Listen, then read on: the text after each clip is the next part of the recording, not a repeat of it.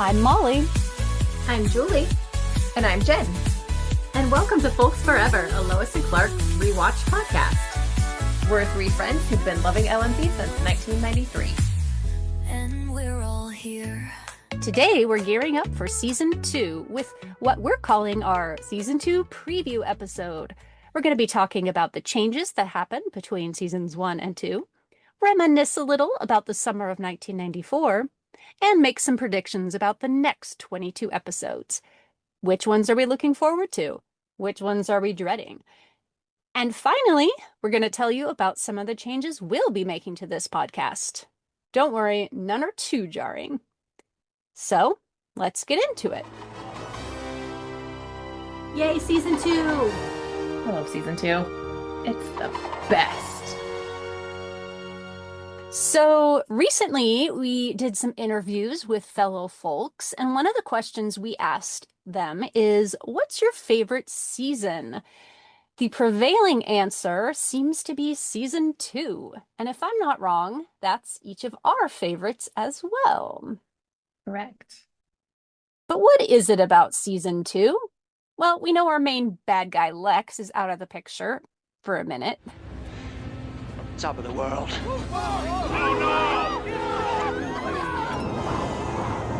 He jumped off his tower in the season finale, but he has a way of always coming back. In the meantime, we're going to be having a bunch of villains of the week, often played by guest stars who are famous for being on other TV shows. Emma Samms from Dynasty, Bronson Pinchot of Perfect Strangers, Cindy Williams from Laverne and Shirley, Peter Scolari from Bosom Buddies, Isabel Sanford and Sherman Hemsley of The Jeffersons, and William Devane from Phenom, or if you prefer, Knots Landing. We're also looking forward to Raquel Welch, Bruce Campbell, Peter Boyle, Michelle Phillips, and many, many more. The tone of the show will also shift this season, going from a mostly realistic romantic drama with the occasional sci-fi or action element to a rom-com in which anything goes. Some of the more bizarre aspects of the Superman comics are now free to roam. Magic no longer has to be hidden behind science. Kryptonite is no longer the only thing that can hurt Superman. His public perception will be tried and tested. Sometimes things will get a bit silly, but adorably so. At the heart of it, Lois and Clark's relationship, the main thing we're all here for, remains. It builds, it changes, it struggles, it grows. It has a few obstacles thrown at it. Agent Scardino? Oh, please, call me Daniel. But it somehow manages to hang on. And if you're willing to ride it out till the end of the season, you'll be richly rewarded. But let's go behind the scenes now, behind the cameras, to why the show changed between seasons 1 and 2.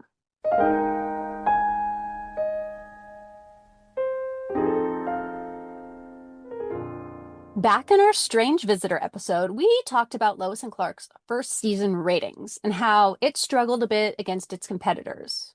Its main rival was NBC's seaQuest, and as we said, the two shows battled for ratings all season. While seaQuest did have slightly better numbers overall throughout the season, Lois and Clark's numbers remained steady and hopeful. It held its audience for the most part, and sometimes it even beat seaQuest. Though neither show was a match for the queen of the airwaves, Murder, She Wrote, ABC saw the potential in our show and decided to renew it for another season. But with that renewal came a list of proposed changes. Lois and Clark was getting a second season, a second chance, but some things needed to change. Now, we, as folks, we were already hooked on season 1, so having changes thrown at us could have been, devastating. And yet, we love season 2, so what are your thoughts on that? Had you known all the things that were going to change, would you have been like, well, I don't want to watch this show now, or you've been, excited, or you just be like, I love these people so much, I'm going to watch it no matter what? For all of the articles and things that were coming out that summer, I don't remember really caring. They were saying there were going to be changes, but that they weren't going to be astronomical. It was just going to be more action. They weren't going to get rid of the banter. They weren't going to get rid of the romance. So I wasn't, as a kid, that worried that things were going to be that different. What do you think, Jen? I was nervous about them replacing Jimmy, which is ironic because I ended up really loving Justin. I think if I had paid attention to the news articles where it was, if they were saying that there are going to be some big changes, I would have probably been a little nervous because I didn't want to lose that romantic factor of will they, won't they get together. But ultimately, I think I just was excited to see my people on my screen and see their love story play out. So I don't really think I cared. Strangely, for us being the age that we were, which for those listening was around 14, 15, it was actually sort of perfect for our age group because they made the show in season 2 be geared toward a little bit younger viewers. Of course, we'd liked it before just fine, but we also didn't mind, oh, you want to make it more for us? Well, go right ahead. I can see if we had been in a different age bracket being annoyed by the changes, but luckily they fit us pretty well. So, behind the scenes, series creator Deborah Joy Levine, who served as the executive producer during season 1 and who wrote multiple episodes, including the pilot and Pheromone My Lovely, was demoted to executive consultant for the rest of the series, though her name stayed in the opening credits as developed for television by Deborah Joy Levine. She later created the shows Any Day Now and The Division and produced shows like Early Edition and the pilot for Dawson's Creek. Worth noting, although it's a shame Deborah, creator of our show, was kind of done dirty, she had publicly stated that her intent for the show was not to let Lois and Clark get together for a long time, like 5 years or something. No, thank you. No, Ew. absolutely not. That would have been horrible. No. Golly. I would have jumped ship by then for sure. I know, I don't think my patience would have held out. Like, I'm done. Especially if we had villains like Fathead. I would have been like, no. If they weren't together, sorry. Yeah, if season 4 they still weren't together, we were getting the villains we were. It would have been a tough one. Tough call right there. Yeah, sorry. I would have I've been like, nope. Be like, goodbye. And we're out. I do have an entire press kit that Dean Lane and Robert Singer did. They did a press tour that summer between 1 and 2, and it's pretty interesting. I was reading through it, and it said a lot about Deborah being switched out, obviously, because Robert Singer was doing the tour. And it didn't sound like she was fired. Now, I don't think obviously he's going to be like, oh, she's fired. But it did say that she wanted to go off and do more 10 o'clock geared shows because Lois and Clark, when she was writing it, it was originally supposed to be slated for more of a Tuesday or Wednesday 10 p.m. slot, darker. And as you can see, like when you watch the pilot, it is a darker kind of NYPD bluish kind of drama. Yeah. But then obviously the network switched it to 8 o'clock, which is a very different time slot. 8 and 10, very different. So they had to go more kids. So she kind of had to switch how she was writing it. And I don't think she enjoyed that as much from what it sounded like. Yeah. So I think it might have been kind of a mutual goodbye kind of thing because she didn't really want to be writing for a kid's 8 o'clock TV show. She wanted something darker and grittier and 10 o'clock. Yeah, that's why I'm torn on the whole thing because like for someone who created the show and put so much into it and who wrote some really great episodes in season 1 and gave us the foundation for what we have, then for her vision to be different from the network's vision and the other producers and then to have to go the other way. Right. It sucks for her, and I wonder what we might have gotten from her if she had been around another season. But as a creative person, it's probably best that she was able to go off and do things that were more what she wanted to do as well. Mm-hmm. It's interesting to think what this show would have been had it stayed at like a Tuesday, Wednesday at 10 o'clock. Would we have liked it as much? I don't know. As a kid, no, I don't think I would have. And I wouldn't have been allowed to watch it anyway. I had to go to bed at like 8:30 half the time. I mean, maybe now I would probably like it, but as a kid then, I don't think I would have liked it as much had it stayed at that later time, more adult themed. Where is she now? And does she want to put out a 10 o'clock version so that we could watch it now as a grown up, please? Sure. No, she's not really doing anything anymore, according to I don't IMDb. I'm just trying to give the woman some work. Well, a little more on some of the people that we lost after season 1. We lost executive story editor Dan Levine, who also wrote Neverending Battle, Honeymoon in Metropolis, Smart Kids Foundling, and co-wrote the 2 final episodes of the season. He went on to write multiple Moment of Truth TV movies, and he worked on the series Mental and The Division alongside Deborah Joy Levine. Another person who we lost along the way was executive consultant Robert Butler, who also directed the pilot and got an Emmy nomination for doing so. After Lois and Clark, he continued his executive consultant role on the TV series Sisters, and he's gone on to direct a few more things, sadly passed away a couple years ago. Bryce Zabel, who gave us the episode Strange Visitor, The Green Green Glow of Home, and All Shook Up. Oh my goodness, what a great group of episodes there. He moved on to other projects, including the TV series Mantis and Dark Skies.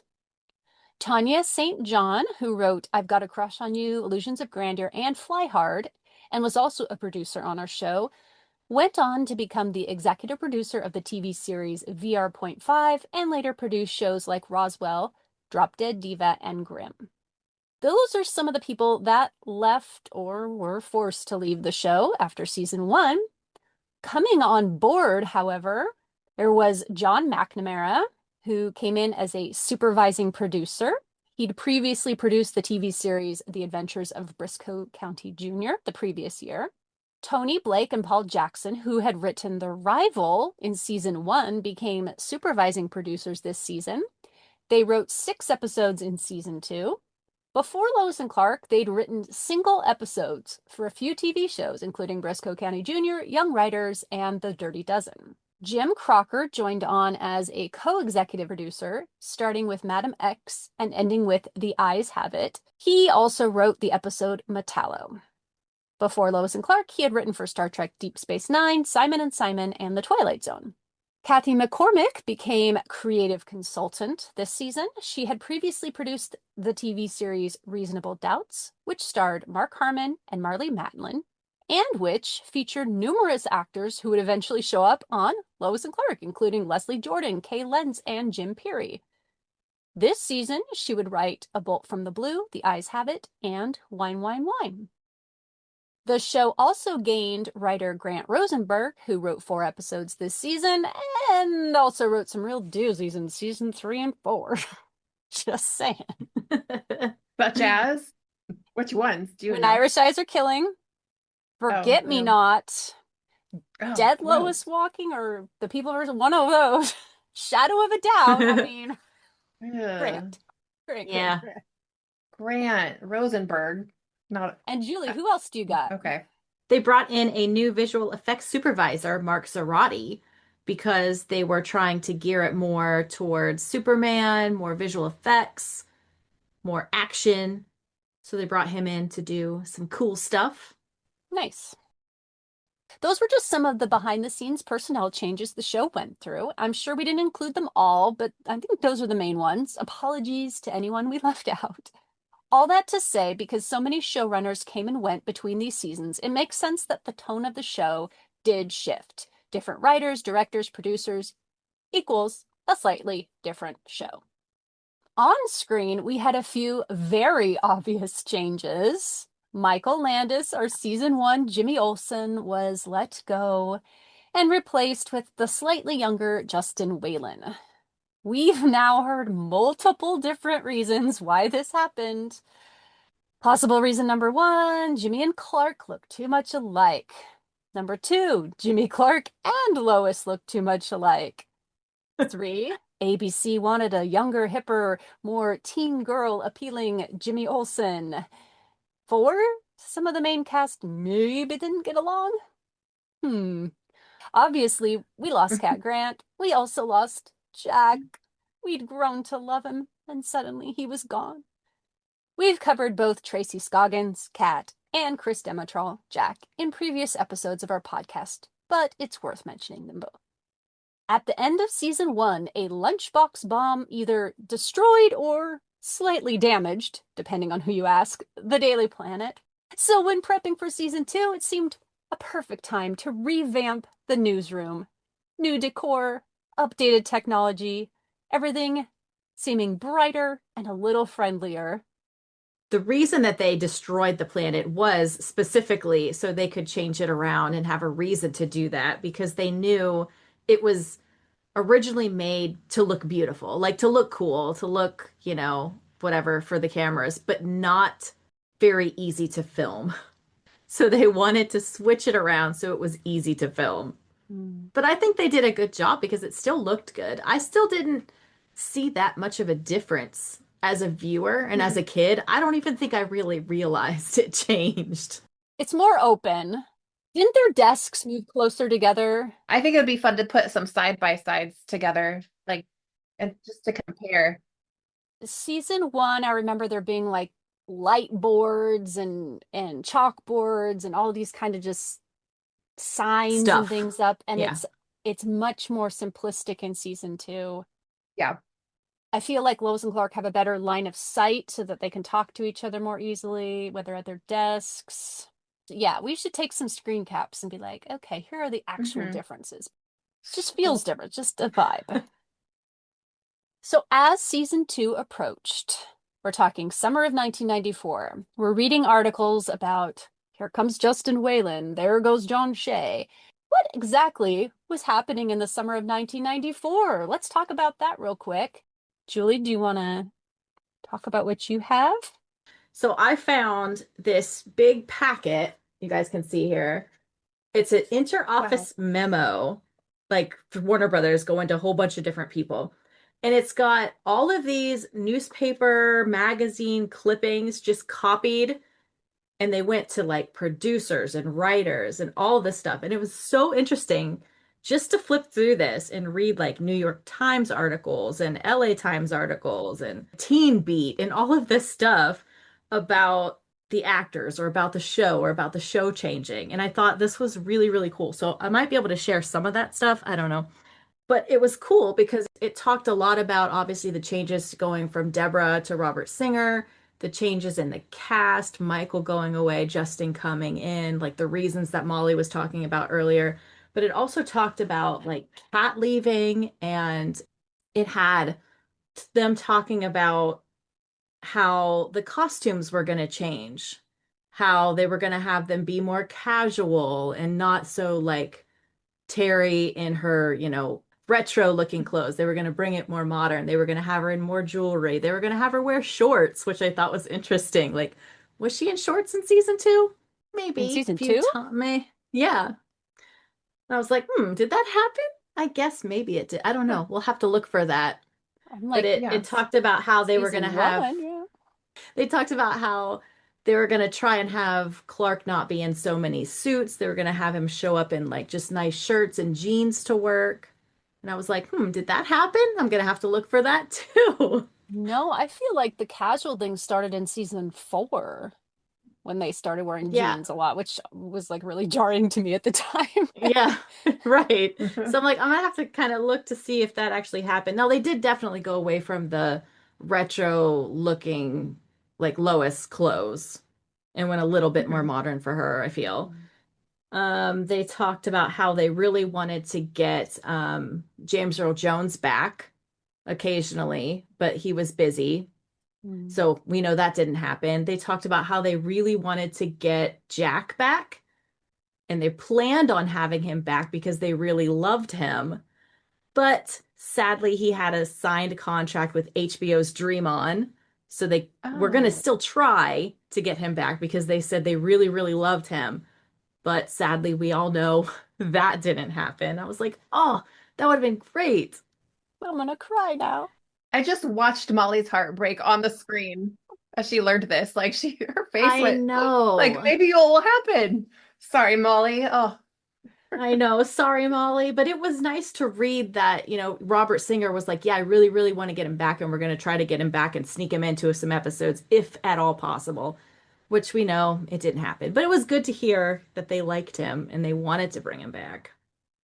There was a lot of articles about the risks of switching characters. There were some Bewitched articles where they switched out, people, Roseanne, where they switched out one of the kids.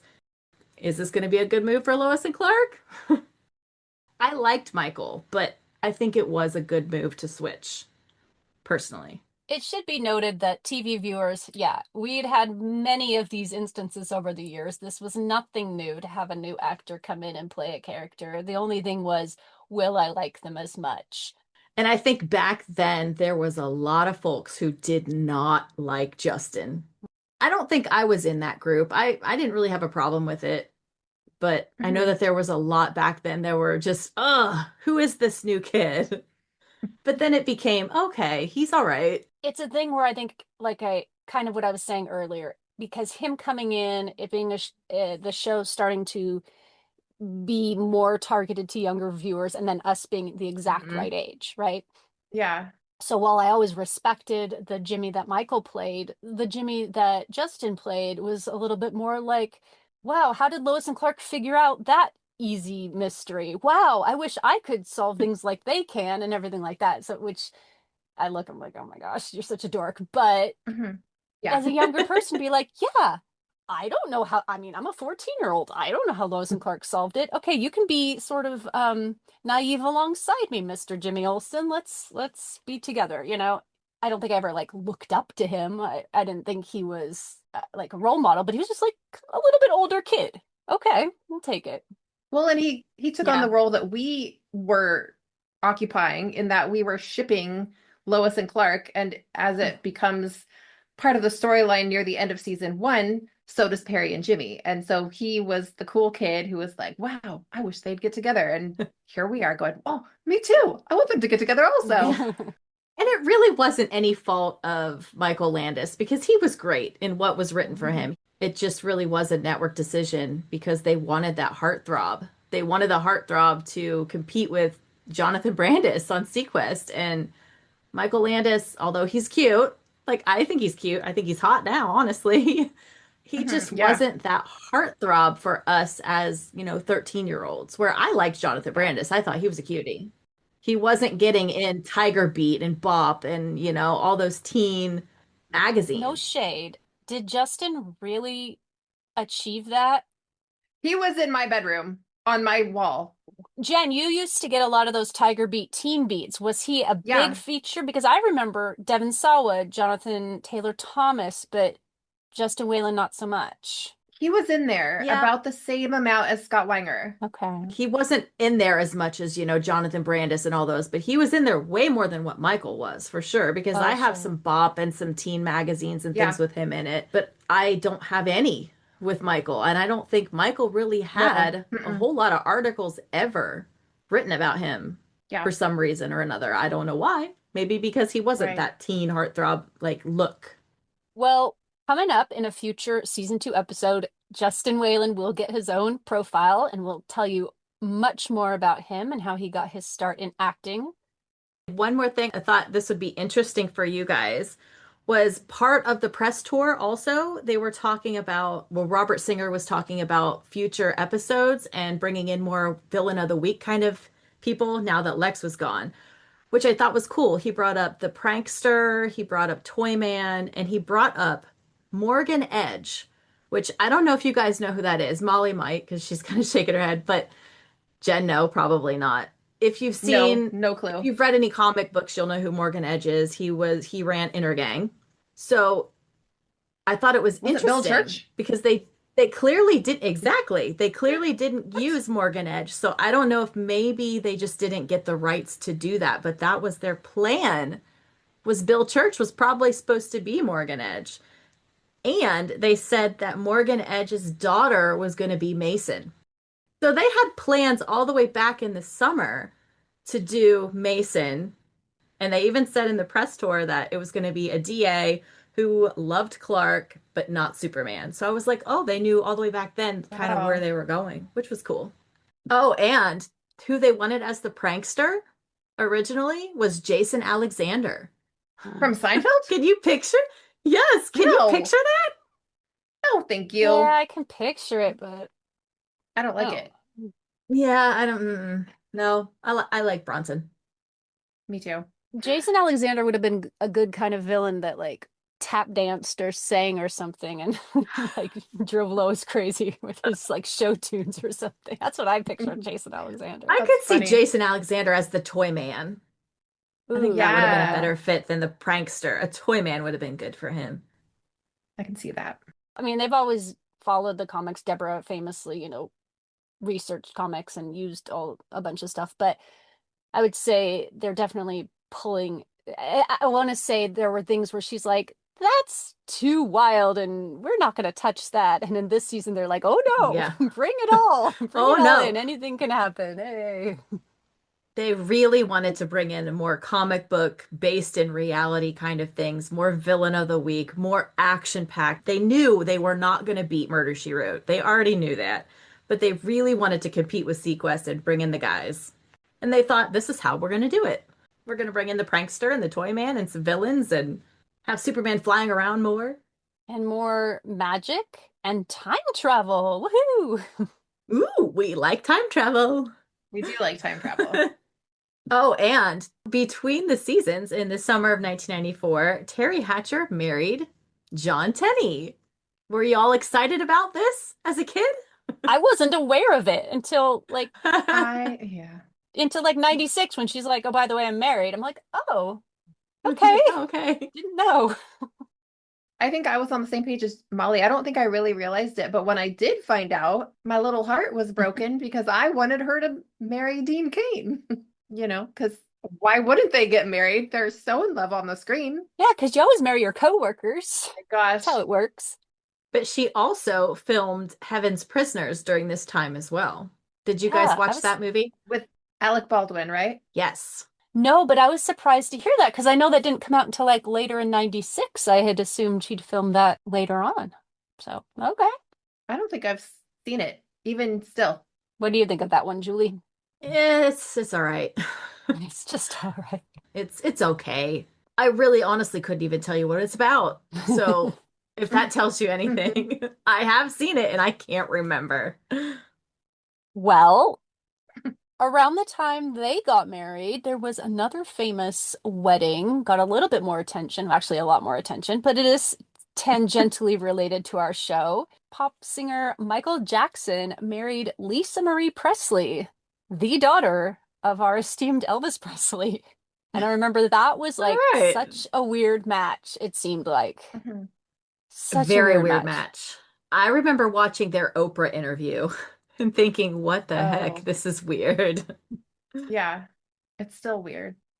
I found some cool facts about some of the music that came out that summer. Now, I wasn't really listening to pop music that much in 94. I kind of that was about a year later that I was got into that. But here are some interesting facts that'll put you right back in that moment, I hope. So, June 27th, 1994.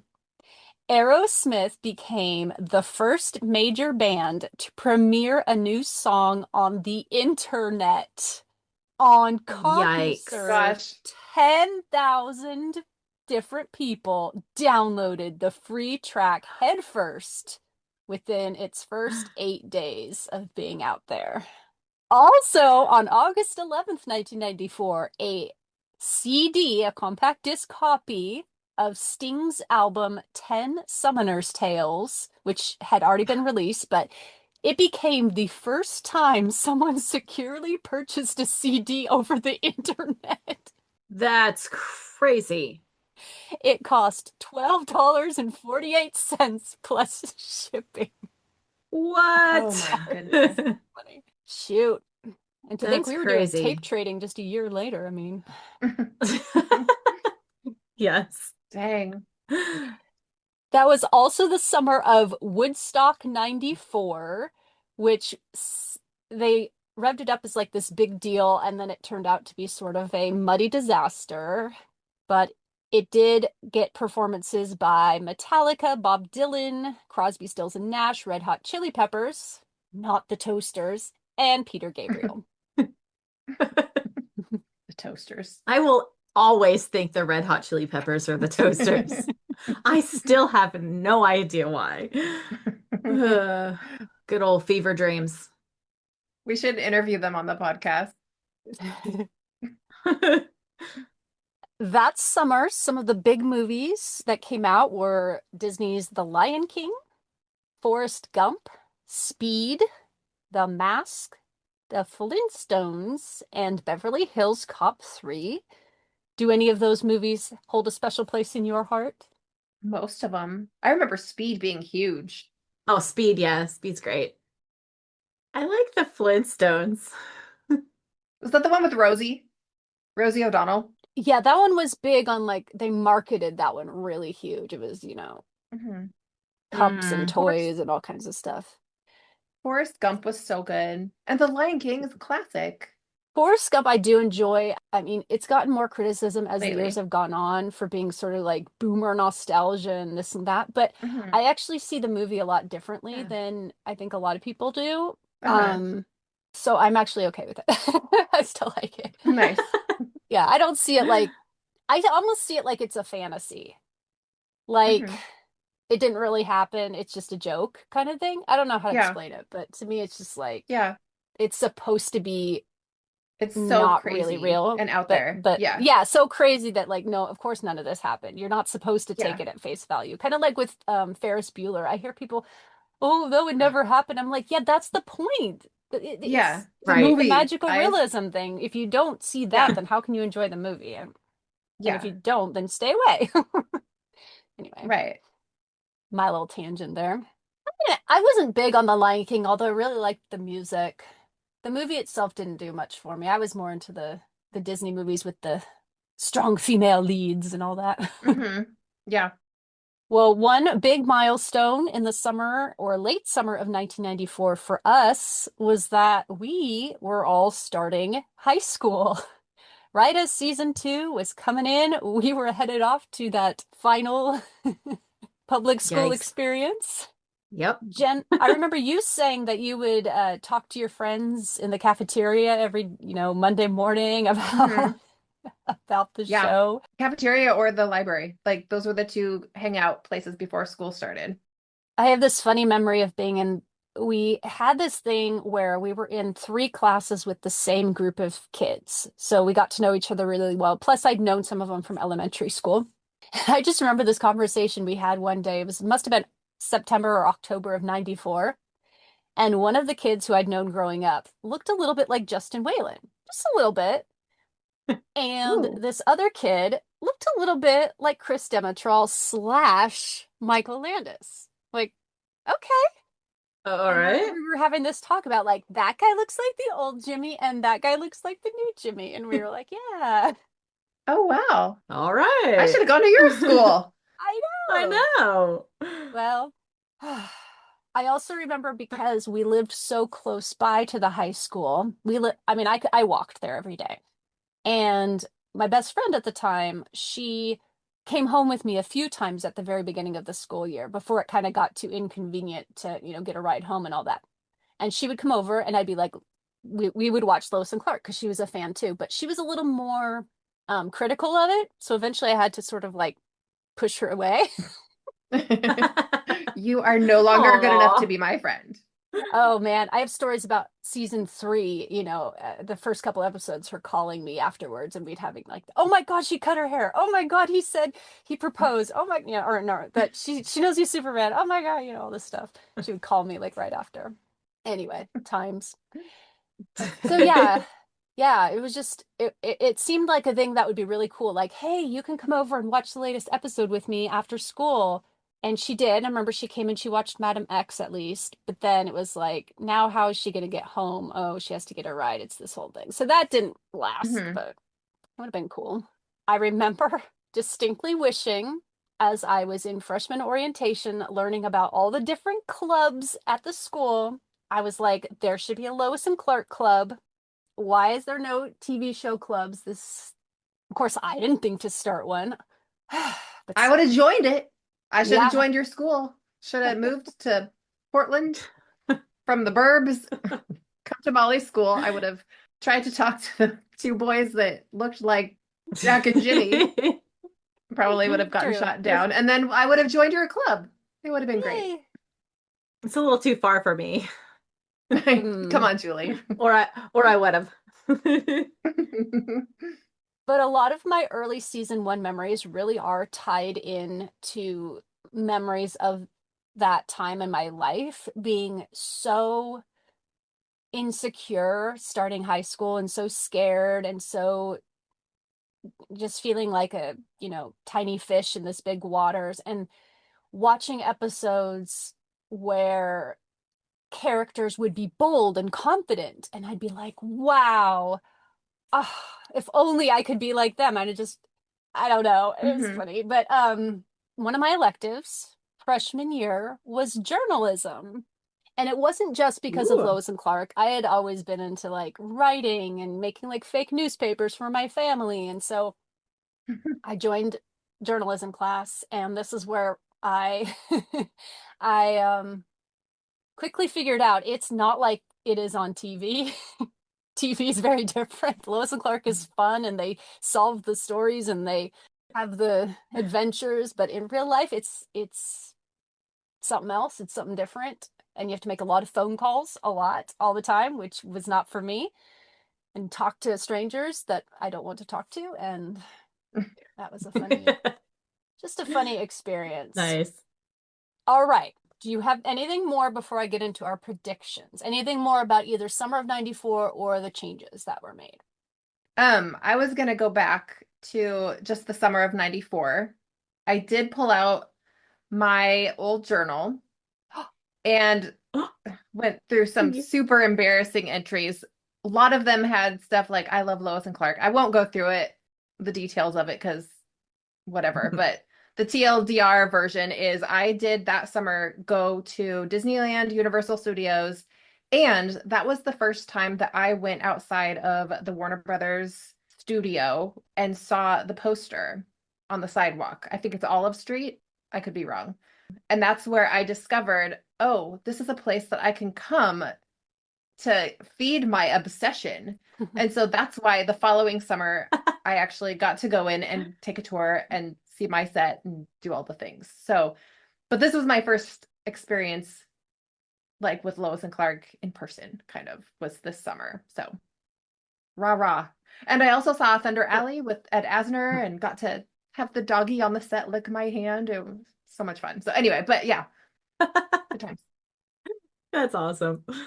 All right. Well, get out your episode lists because we're going to have a few predictions and guesses. And even though I wrote these questions, I promise I did not spend more than like a minute thinking about the answers. So I will give you a minute too if you want. So here we go. Which 3 episodes do you think are probably going to be your top rated, like as in A or A plus? And which 3 episodes do you think are going to be on your bottom or your lowest rated episodes? Oh, I can tell you the bottom right off the bat. I already know. Top 3's hard. Can I do like top 5? I know. Okay, Top 5 is more like it.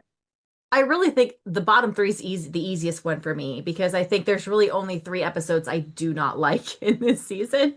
And I'm sure it's probably the same as y'all. I am predicting that my top 3 will be, and the answer is Tempest Fugitive and That Old Gang of Mine. What about you, Jen?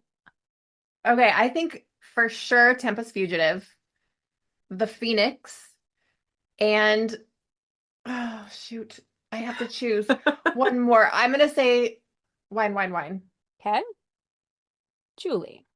My top 3, I believe, are going to be Tempest Fugitive, That Old Gang of Mine, and oh, this is so hard. I'm gonna say, and the answer is. Okay, we are like on the same page. Wow. There's We'll a have to see. couple in there that I'm like, ooh, The Phoenix, Lucky Leon, Wine. Can Lucky I choose all of Leon. them? Yeah, I wanted to put in Lucky Leon, and the answer is. I know. Well, no It's shade to hard. those episodes. We could maybe when it comes down to it, all of them will get A pluses. Um, Or none of what them. about Julie? What Or about your three episodes that you think might get like a B minus or something this season? If you're being Maybe generous. lower. Oh no. Okay. uh-oh. Whoa. My bottom three, I believe, because I skipped these, so maybe Yes. something will surprise me. The Eyes Have It, Chi of Steel, and The Source. What about you, Jen? Okay, my prediction is the Chi of Steel, Metallo, and the Source. Weird. I mean, Wow. not Okay. weird, but I didn't know you guys felt that way about the source. I've always liked the source. It's a skipper for me. Maybe it'll surprise me. I don't know. I can't remember. Okay. We'll see. For me, I believe my lowest three are going to be Resurrection, Chi of Steel, and I was going back and forth between two of them, but I think Target Jimmy Olsen, honestly. Ooh. Oh yeah. Yeah. I forgot about Target Jimmy Olsen. Target Jimmy Olsen's one I skip as well. Uh, That's Okay. a bottom as Well, well. Yeah, I it'll be agree. interesting to see if that is or if it's the Eyes Have It, because I was kind of leaning towards that one too. But okay, we all have Chi of Steel on ours, so that's funny. Chi of Steel is gonna be among the boxing episode. Yeah. Oh, it's gonna be Chia Steel's definitely gonna be down there. It's gonna be way down there. Yeah.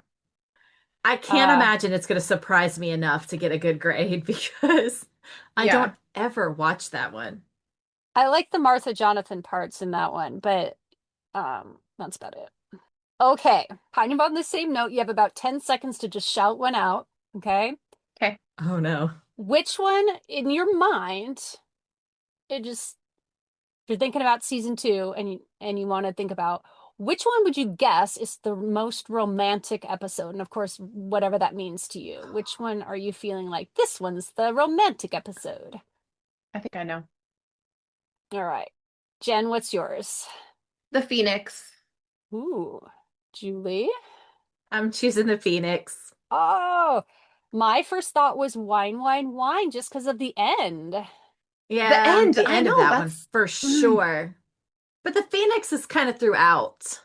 Yes, that's true. That's true. the tension. Oh, And they do get on top of each other, so there's that. But they watch each other undress behind the window. Hello. That one's pretty hot. you're making a good case for it. All right. Saddest episode. Oh, And that can mean sad for the characters, sad for you, whatever. Just like which episode kind of just evokes sadness to you. All right. Mine, I feel, is still that old gang of mine because of Lois. Holy moly. Julie? same. That'll gang of Aw. mine for sure. Jen? That's What about you, that's what I Jen? chose too. I chose that old gang of Yay! mine. I mean, there's luckily on the end. It definitely made me cry in real Mhm. life, but Yeah. I've kind of got past it, I think. So Yeah. now, okay, silliest episode. Doesn't mean the plot is silly, just means silliness is the vibe of the episode. I'm locked in. I know this one. You're like, oh yeah, I already know the answer. We better all have the same answer for I this. think we all. It's got to be around the board. Jen, what do you One, got? two. Season's greetings. Yeah, Julie. I was gonna say Season's Greetings, followed by Bolt from the Blue. Ooh, Bolt from yeah. the blue. He's pretty funny. That's well, because Leslie Leslie Jordan's carrying the Jordan silly was, in Oh that yeah. one. oh, Yeah. Leslie Jordan is hilarious in that episode, but He's Season's so Greetings funny. gets it a little higher than that. Yeah. Yeah. So funny. I feel like this one is going to be a given based on what we already said, but episode you almost just want to skip over. Even though we're doing this rewatch, you might just be like pretend to watch it even though It's got to be Chi. Chi of Steel. Yeah, I think I'm going to stick with Resurrection, honestly. It's going to be interesting going back to it and seeing if I can find anything in it that I like. Anything. I'm He's I'm really interested dead. to watch Resurrection because everybody seems to not like it, and I don't feel like I have a hatred towards that one. I think it's okay. I'm curious I to just watch. remember being let down after Well, yeah. the previous episode, we were on such a high, and then it's like, Yeah, it's very bleh. But yeah. All right. Well, as we move into season 2, there are going to be a few minor changes with the format of our podcast. oh no. We're hoping to make it even better. So one of the things we're going to be doing is, as Julie tells us any changes with the script, she's also going to be letting you know when this script came out, when these episodes were filmed, just to kind of show you some behind the scenes, info. We will also be listing the writer and director as part of the episode rather than just in our show notes. We think they need some acknowledgments. Plus, it's always fun when a writer has written a previous episode to kind of compare them, in my opinion, or directed. Sadly, Julie, well, not sadly for Julie, but Julie's epic songs will be taking a hiatus, however long, permanent maybe, who knows. But our end of episodes will still be fun, and we are going to start putting in a little song plus a random quote from the episode, kind of MST3K style. Whoever edits the episode will get to have 99% say on what that quote is. And if you are one of those that likes to listen to the very end, you'll be rewarded with that. I don't know that anybody's going to be sad that my songs are gone. I guess we'll hear if there's some backlash or not, but If anyone is sad, let us know. nobody's sad. I always liked hearing them once or twice. I think some people appreciated it. Yeah. I mean, they were fun to write, but sometimes they were a nightmare to write, and they didn't come out that great. So we'll see if anybody even cares that the songs are gone. But, maybe they're not gone permanently, I don't know. We'll see. They may come back for special occasions. Yeah, I feel like they should make a comeback in season 3 or 4 when there's a really, really like awful episode that we can just bash it to bits with the song. Yeah.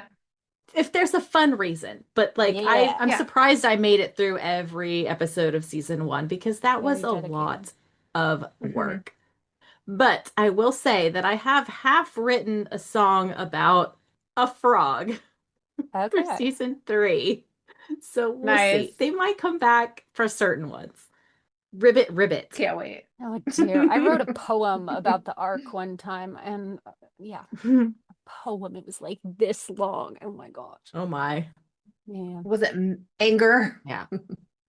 It was some bitterness in there. Yeah. So we That's So funny. most of our sections, our special features will be staying the same. Jen will still be counting our animals, and Julie will still be looking for goofs and bloopers, etc. and so on. But I'm no longer going to be doing what the hell was Lex talking about, except when he comes back for the Phoenix, spoiler alert. But otherwise, I am going to be doing a section called Clark Forgot to Use His Blank. And what the blank is will be determined on what he forgot to use in that episode. So, another thing we'll be adding to our lineup is something called our fake episode titles. Well, back in seasons 1 and seasons 2, they did not obviously put the title of the episodes across the screen at the beginnings. They started doing that in season 3. So prior to that, when we wanted to label our tapes, we would just come up with whatever we thought the episode should be called. So I was able to pull out Jen's old tapes, which she has gifted to me. I pulled out mine. I only had 5 first season episodes on tape, so it's not very exciting. But going forward, season 2, I have one for every episode. And Julie has a lot of them, and Jen has a Nice. few. So we'll put those in Mhm. there. I'm going to start off by telling you they're pretty not very exciting, but these are my fake episode titles for the 5 season 1 episodes I had growing up. All Shook Up, I called Clark dash Amnesia. How's that for a summary in 2 words or less? There you go. I love it. And it's right to the point. I know. I think I didn't have that much would have room been on those mine too. tapes. That Man, I called Superman Clone. All right. Again, Hey, straight so into did the point. I. Nice. Witness, I gave way too much credit to and called it Mr. Makeup. That was Ew. it. Mr. Makeup. Mr. Makeup. Nice. Barbarians at the planet, I'm sure you can guess. Lex proposes. Yeah. And finally, House of Luther. Lex marriage. Which, Question that's mark? not- question mark should have been on there for sure. Wow. Jen, you have a couple from season 1. Do you want to tell us about your fake titles? I do. So, Strange Visitor, I called Airplane, Find Superman's Home. Okay. Because of the kiss. Yeah. That was her favorite thing. Yeah, the kiss 'cause- on Airplane. Which is funny, I didn't call it Airplane Kiss, but Mm. that's so Your weird. parents might have seen it. They've been like, what? My parents might have seen it and been like, why does she care about kissing? What is weird? That's awesome. My strange visitor was titled Bureau 39 Guy. Nice. Oh, He didn't even have a name. 39 guy. Bureau Got his 39 name. Guy. Nice. Poor Trask. Okie dokie, let's see here. Oh, Honeymoon in Metropolis, I called Shockwave Newlyweds. All right. Which I kind of like. Shockwave Newlyweds. And is that, did I have anything else? That's it for season 1 that I have. Jen's tapes were That's not written down. necessarily labeled with episodes because I watched them in order, I'm assuming, even back then. But the fronts of her Yeah. tapes have the cutest little graphics. Like Lois and Clark, she drew the little S's. It's adorable. And then I would list them Awesome. tape 1, tape 2, tape Mhm. 3. Mhm. Because they gotta go in order, guys. It's a disease. Do you have some more, Julie? I mean, mine are all kind of boring. I actually got Smart Kids right. Oh, yeah. Woohoo! Oh. I got that right. I mean, they're all normal, like Heat Wave for Man of Steel bars. I do have the Honeymoon in Metropolis. I named Kiss in Bed. Scandal. Hooray! I vote for Yes, that. I vote for that one. Very That's good. scandalous. I have Love Potion for Pheromone. Mhm. And let's see, what else did I have in here? They're all kind of boring. Like I had Superman Clone, Asteroid Amnesia, What did you call Ides in Metropolis? Computer Virus. Yes. I mean, they're all very basic, not very interesting. What did you call Foundling? Foundling was Jack and the Krypton Globe. I love it. Like Jack and the Beanstalk, just Jack and the Krypton Globe. And it's right to the point. I think that would have been mine too. It's too much. Oh my gosh. Well, that's all I really have for us of this episode. Do we want to say anything else? I'm excited. For season 2. I want to watch Madam X so badly, but I'm trying to hold off. Me Trying to too. be good. I'm ready. I'm ready. I have so much for season 2, like so much more than I did for season 1, like Mm. behind the scenes stuff.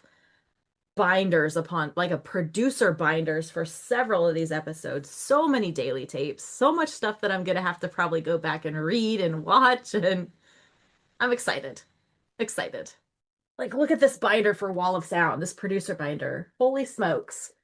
Like Wait, you actually should be Dang. reading that because doesn't Stuart want to know where that song came from? The answer could be in there. it could be in Oh, here. I yeah. mean, these producer binders are so cool. They have like shooting schedules, they have interoffice memos back and forth about clearing names and business names, and it is so cool.